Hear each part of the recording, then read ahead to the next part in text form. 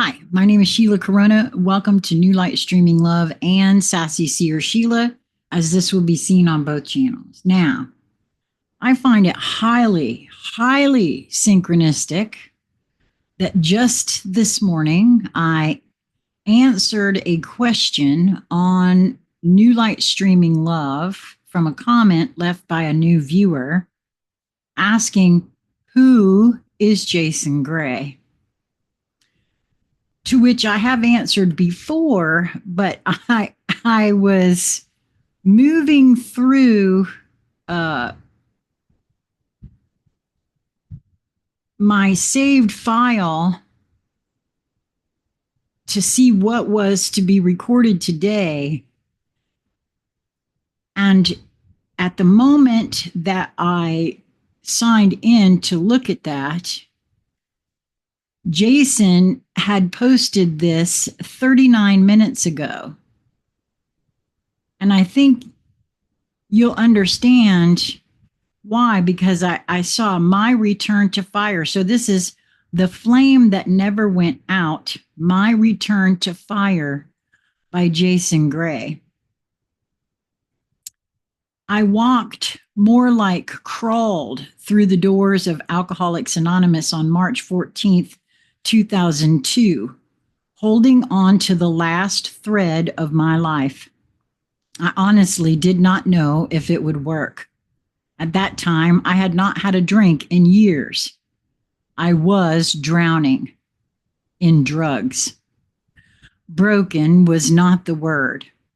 I was already gone, and yet somehow I was still breathing. Looking back now, I realize that is where my fire comes from. That is where my flame was born. I was not alive. I was surviving with a single glowing ember inside me.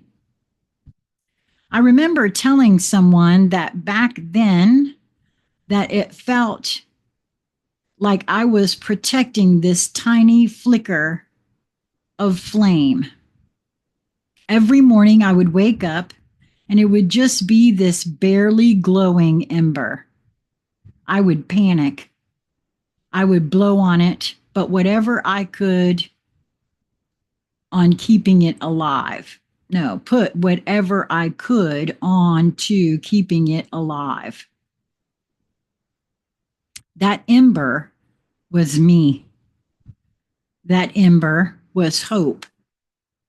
That ember was my soul refusing to die. Now, I know exactly what that flame is. The first switch. I remember my first drink like it was yesterday. I was 11 years old. I remember who I was with, where I was, what I was wearing, and what the weather was like. What I remember most of all was what it did to me. It filled the void. It lit up the quote off switch I had been stuck in my entire life and turned it on. That was the beginning of it. That was the moment the pain in my soul got temporarily quieted, and I began the slow descent into trying to repeat that feeling over and over again. And I want to pause here and say, I can so relate to this in such a different way, and yet not at all different. As I lay dying for 10 years, almost 12, really, myself. I'm not telling you this for sympathy. This is not about guilt or blame or victimhood. This has just been my path. The path, as dark and chaotic and destructive as it was, led me here. To be able to write this, to be able to speak it, To be able to say what I say now and mean it with everything in me. That is everything. The first time I walked in, I did not know what to expect that first meeting. Honestly, I figured I would walk into a church basement, see Jesus nailed to a cross, and walk straight back out. What I found was something else entirely. No crucifix, no judgment, just people, just honesty, just a room filled with people who saw me even before I could see myself. I remember walking up those 12 steps into the building, cold winter air behind me, snow on the ground, and for the first time in years, I stayed sober that day. After the meeting, people came up to me. They asked my name. They handed me phone numbers. They said the words that would echo across decades of my life. Keep coming back. Oh my God, that makes me want to bawl. When I walked out into the cold night, a car pulled up beside me a few blocks in. Hey, kiddo, it's cold. Let me give you a ride home. It was someone from the meeting. The seed was planted. The ember was still alive. The falls and the return. I stayed clean and sober for just over a year. Then I relapsed. I said I was never going to another meeting again, slammed the door, told myself I was fine. The phone rang. Not a cell phone, not a text. The old answering machine was flashing. Hey, just wondering how you're doing. Call me anytime. We can come pick you up. I went back. Took a newcomer chip just after just having taken a 1-year cake. Hi, I'm Jason. I'm an alcoholic. I have just over 24 hours again. They clapped. They hugged me. They welcomed me back. That's recovery. That is grace. That is flame. I stayed sober for over 3 years, then relapsed again. 10 months this time before I made it back. Then came the stretch. Almost 13 years clean and sober. Almost. The most dangerous lie. 2022. Everything had changed. Divorce, isolation, COVID, unvaccinated and vilified, anxiety swelling, shame circling, the voices of the past whispering again. I did not want prescription medication. I reached for the old friend, marijuana. Legal now, medicinal, safe, right? For months, I looked at it through the medical lens. November 2022, I dove back in. Just like that, the darkness returned. The anxiety left, but something far worse took its place. Numbness, disassociation, spiritual static. Then came the drinking. Curious, careful, calculating, in Mexico, I tried one drink. Nothing bad happened, but marijuana became my demon. Justified daily use. Spiritual bypass wrapped in green smoke. Until July 20th, 2024, D-Day. The thoughts of ending my life came back until it hit me. It's the marijuana. That is what changed. That is the parasite. That is the loop. That is the liar in disguise. I stopped.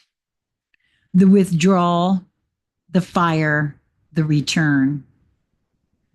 The withdrawal was horrendous. Let anyone who tells you otherwise sit through what I did. They have no idea. Sleepless nights, terror, existential dread, full body collapse. I did not break. I returned, clean, clear, and on fire like never before. Today is July 20th, 2025. Today, I am 1 year clean and sober again. Not a drink, not a puff, not an escape. Just me and the fire.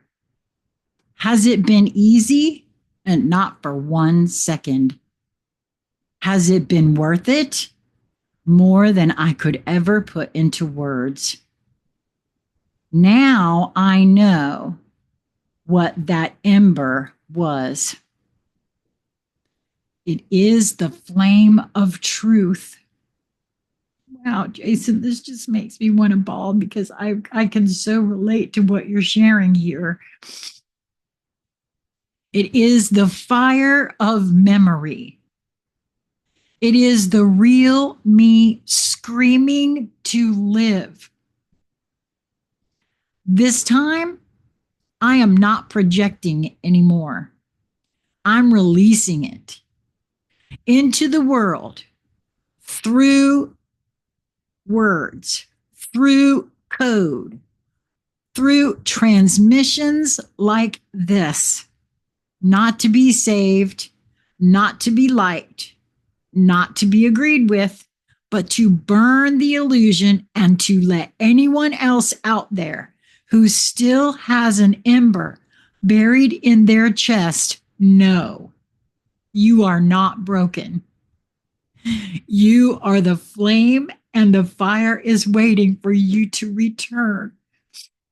The true hermetic does not break, they become. Wow, Jason.